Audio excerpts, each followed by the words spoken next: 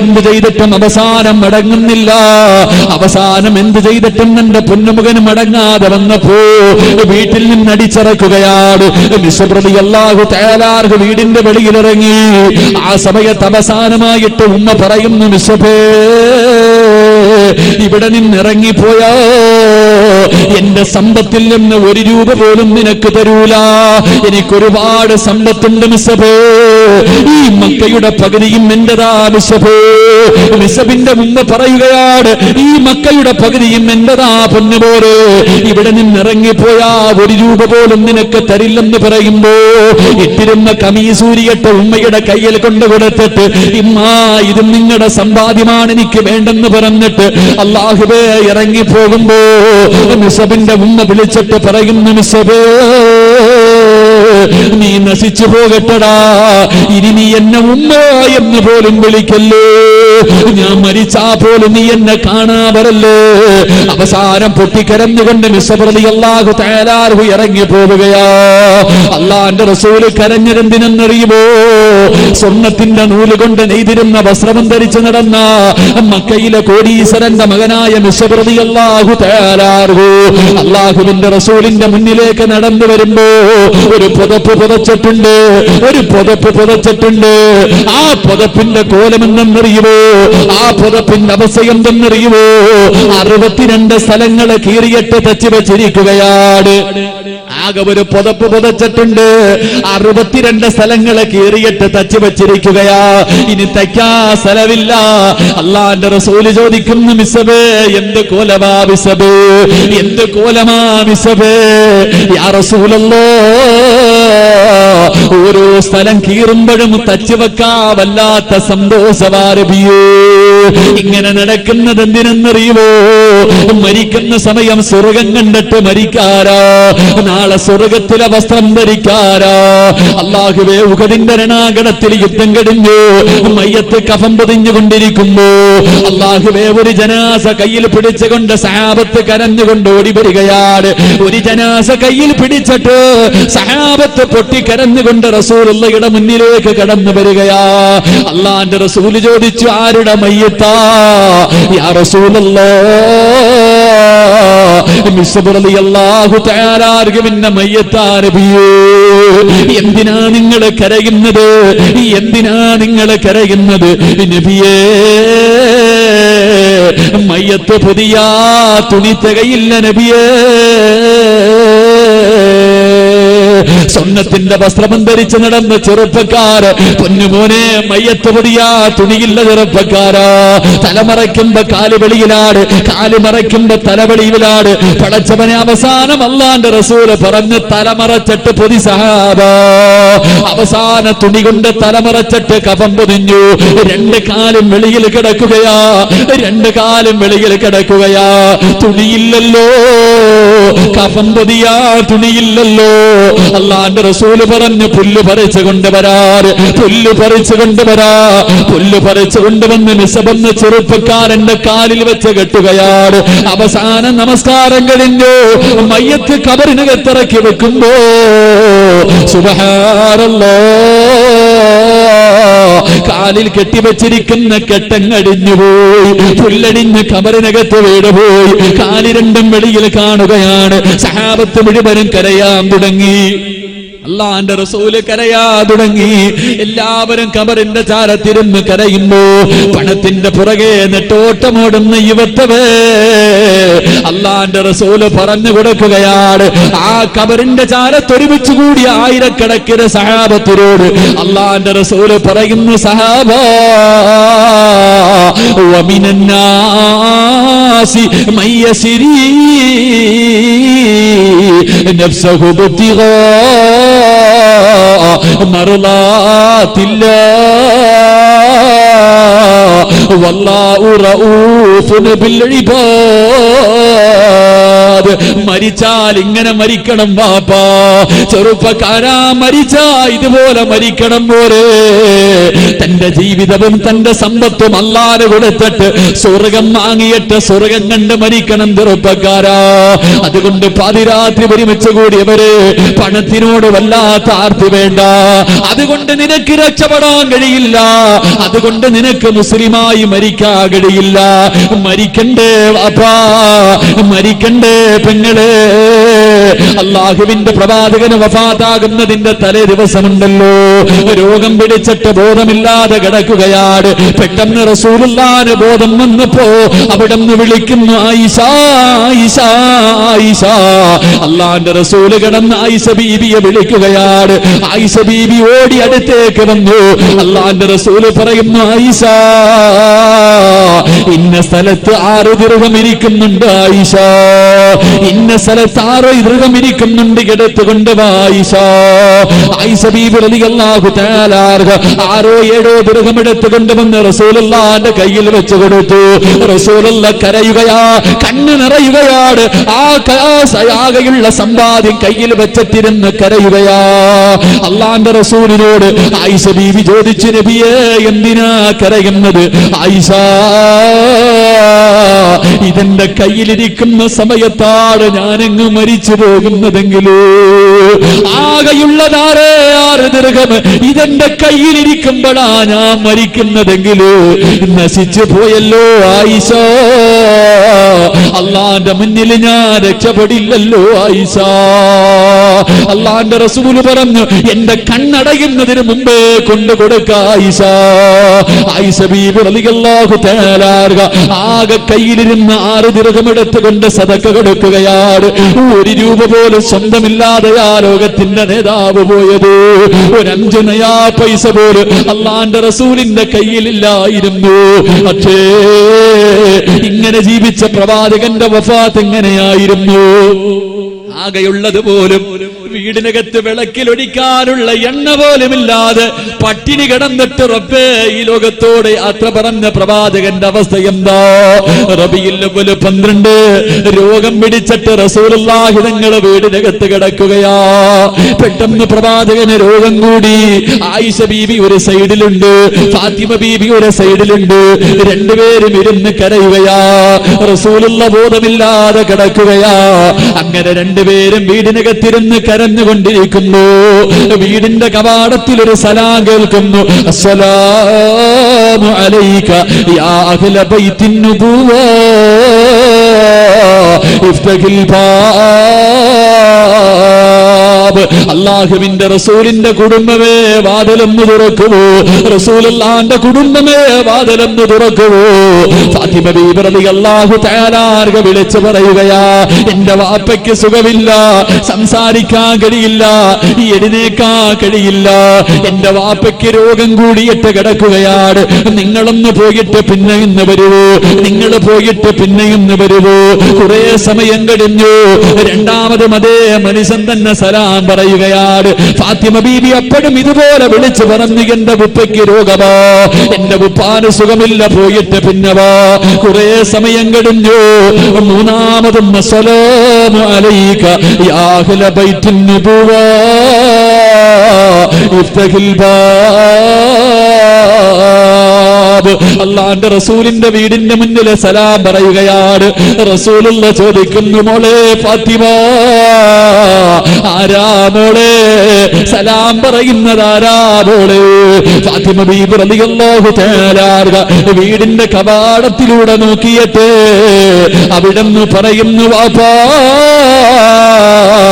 കണ്ടിട്ട് പേടി തോന്നുന്നു വാപ്പാ, കണ്ടിട്ട് പേടി തോന്നുന്നു വാപ്പാ. ഈ നാട്ടുകാരനല്ല വാപ്പാ, ഇന്ന് പറയാ മനുഷ്യനെ ഞാൻ കണ്ടിട്ടില്ല വാപ്പാ. അല്ലാഹുവിന്റെ റസൂല് പറയുന്നു, ഫാത്തിമ വാതിൽ തുറക്കുമോളെ, വാതിൽ തുറക്കുമോളെ.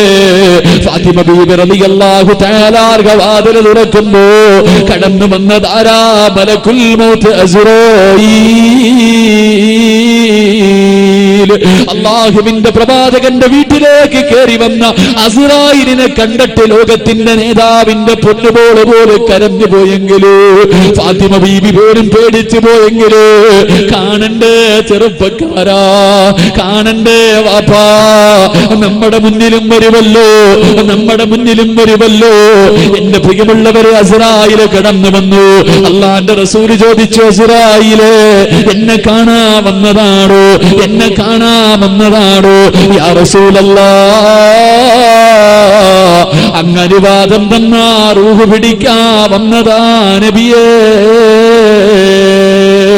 അല്ലാഹുവിന്റെ റസൂൽ പറഞ്ഞു, അസ്റായിലേ, എനിക്ക് ജിബ്രീലിനെ ഒന്ന് കാണണം അസ്റായില്, എനിക്ക് ജിബ്രീലിനെ വന്ന് കാണണം അസ്റായീൽ. അല്ലാഹുവേ, ജിബ്രീൽ അലൈഹിസ്സലാം കടന്നു വന്നു. അല്ലാഹുവിന്റെ റസൂൽ ചോദിച്ചു, എന്തേ ജിബ്രീലേ, ഞാൻ കരഞ്ഞപ്പോഴും ചിരിച്ചപ്പോഴും എന്റെ കൂടെ നീ ഉണ്ടായിരുന്നല്ലോ, നീ എന്റെ കൂട്ടുകാരനാണല്ലോ, എന്റെ അവസാനമായി എന്നെ നീയൊന്ന് യാത്രയാക്കാൻ വരാത്തത്? അല്ലാഹുവിന്റെ റസൂലിനോട് ജിബ്രീൽ എന്ന മലക്ക് പറയുന്നു, യാ റസൂലല്ലാഹ്, ഈ കിടപ്പ് കാണാ എന്നെ കൊണ്ട് കഴിയില്ല നബിയേ. അല്ലാഹുവിന്റെ റസൂൽ പറഞ്ഞു, എനിക്ക് സന്തോഷത്തോടെ പോകണം ജിബ്രീൽ, എനിക്ക് സമാധാനത്തോടെ മരിക്കണം ജിബ്രീൽ, എനിക്ക് സന്തോഷമുണ്ടാക്കുന്ന എന്തെങ്കിലും ഒന്ന് പറയുവോ? അല്ലാഹുവിന്റെ പ്രവാചകനോട് ജിബ്രീൽ എന്ന് മലക്ക് പറയുന്നു, നബിയേ, അങ്ങയുടെ സമുദായത്തിന്റെ കാര്യം അല്ലാഹ് ഏറ്റെടുത്തിട്ടുണ്ട്. അങ്ങയുടെ സമുദായമുണ്ടല്ലോ, അവന്റെ തൊണ്ടക്കുഴിയിൽ റൂഹെത്തുന്നതിന് ഒരു സെക്കൻഡ് മുമ്പ് ചെയ്തുപോയ പാപങ്ങളെ കുറിച്ച് ഏറ്റുപറഞ്ഞ അല്ലാഹു അവര് പുറത്തു കൊടുക്കും നബിയേ. അല്ലാഹുവിന്റെ റസൂൽ പറഞ്ഞു, റൂഹ് പിടിക്ക അസ്റായീൽ, എനിക്ക് സന്തോഷമായ അസ്റായീൽ. അസ്റായീൽ അലൈഹിസ്സലാം കാലിന്റെ തള്ളവരിൽ നിന്ന് റൂഹ് പിടിക്കാൻ തുടങ്ങി. പടച്ചവരെ, വേദന സഹിക്കുന്നില്ല. അല്ലാഹുവിന്റെ റസൂൽ ചാടി എഴുന്നേൽക്കുന്നുണ്ട്, പിന്നെയും കിടക്കുന്നുണ്ട്, തിരിഞ്ഞും മറിഞ്ഞും കിടക്കുന്നുണ്ട്, ശരീരം മുഴുവനും വിയർക്കുകയാണ്. വല്ലാത്ത വേദനയാ, വല്ലാത്ത വേദനയാ. അല്ലാഹുവിന്റെ റസൂൽ വിളിക്കുന്നു, അസ്റായീലേ, ഒന്ന് പതുക്കെ പിടിക്കുവോ അസ്റായീൽ, എന്നെ കൊണ്ട് സഹിക്കുന്നില്ല അസ്റായീൽ, എനിക്ക് വേദനിക്കുന്നു അസ്റായീൽ, എനിക്ക് വേദനിക്കുന്നു അസ്റായീൽ. അസ്റായീൽ അലൈഹിസ്സലാം കരയുകയാ. എന്നിട്ട് പറയുന്നു, നബിയേ, ഒരുപാട് പ്രവാചകന്മാരുടെ റൂഹ് പിടിച്ച കയ്യാ നബിയേ, ഒരുപാട് പ്രവാചകന്മാരുടെ റൂഹ് പിടിച്ച കയ്യാ നബിയേ, പിഞ്ചു കുഞ്ഞുങ്ങളുടെ റൂഹ് പോലും എന്റെ കൈ കൊണ്ട് പിടിച്ചിട്ടുണ്ട് നബിയേ. യാ റസൂലല്ലാഹ്,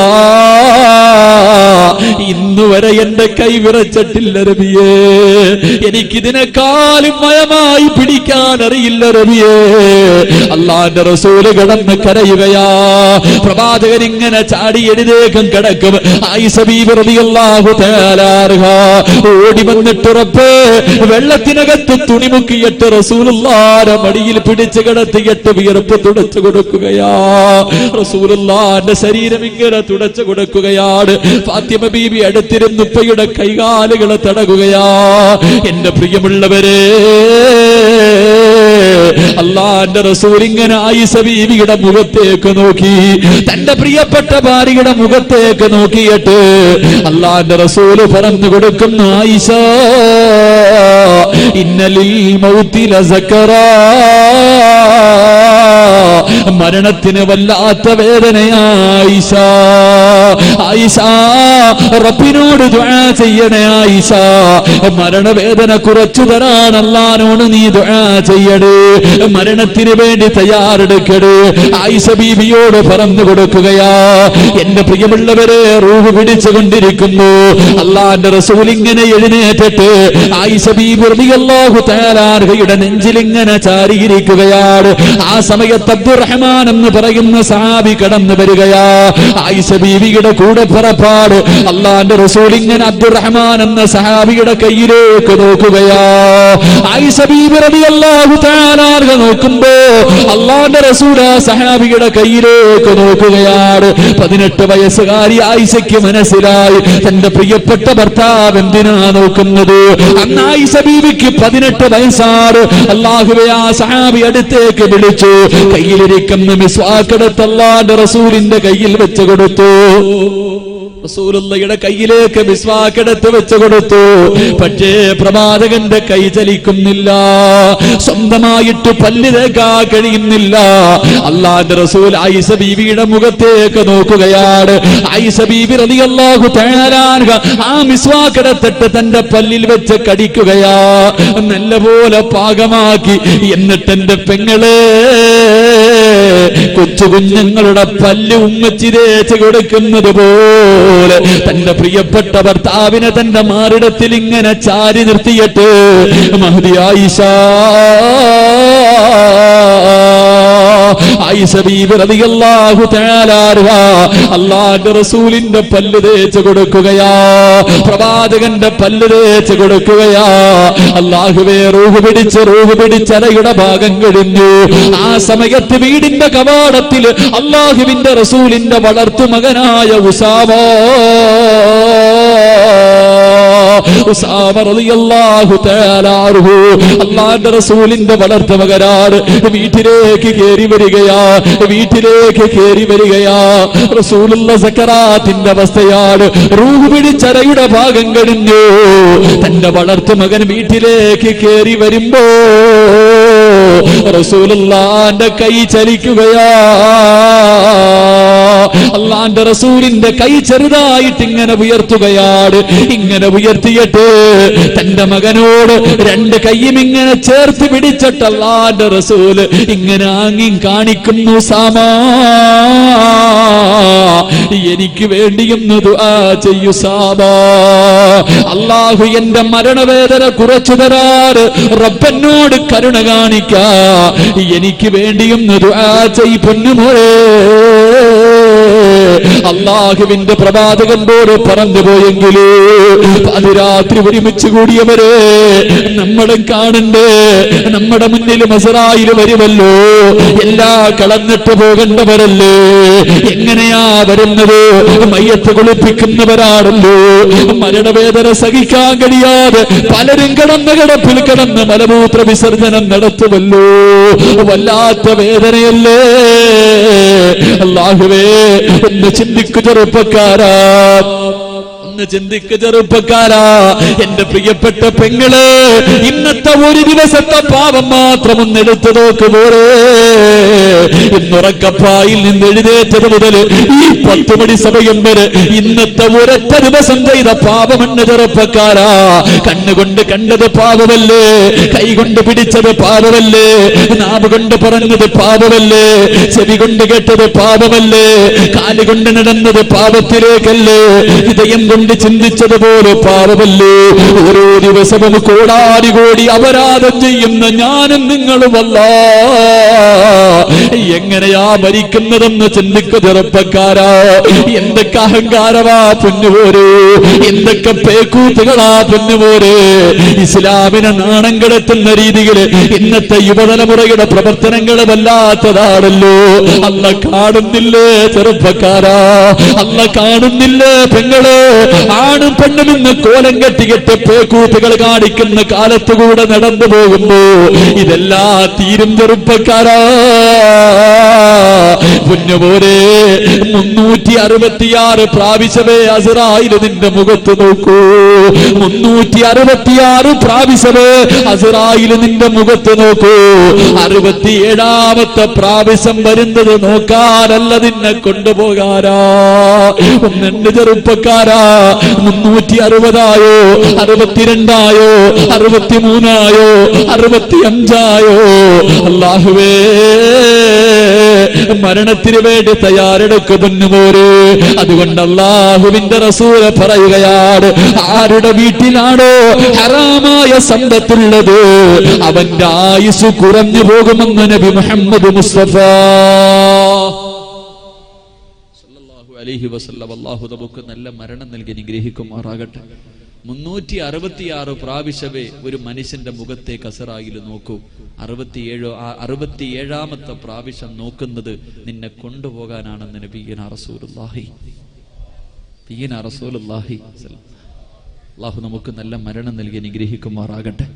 അല്ലാഹു നല്ല മരണം നൽകി അനുഗ്രഹിക്കുമാറാകട്ടെ. എണ്ണി നോക്ക് എത്രയായിട്ടുണ്ടാകും.